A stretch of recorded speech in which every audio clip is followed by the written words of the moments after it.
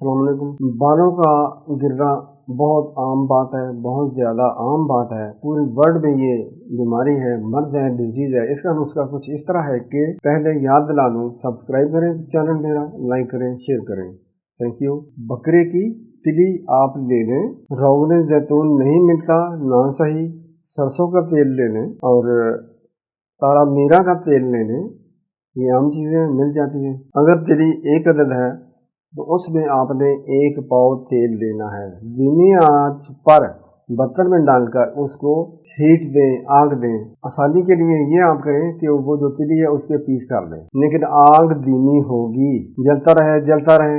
जब वो बिल्कुल राख सी हो जाए, कोयला सी हो जाए तिली, तो उसको निकाल दें, कपड़े से छान लें। वो ऑयल जो है आपने सर पर लगाना है, गंज पर लगाना है, बालचर पर लगाना है।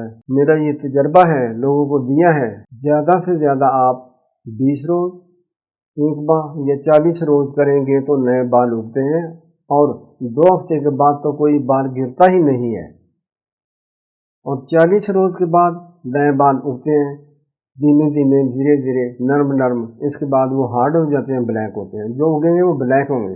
बेहतरीन नुस्खा है, आप भी बना लें। ये मेरे से मंगाने की ज़रूरत नहीं है। अस्सलाम वालेकुम।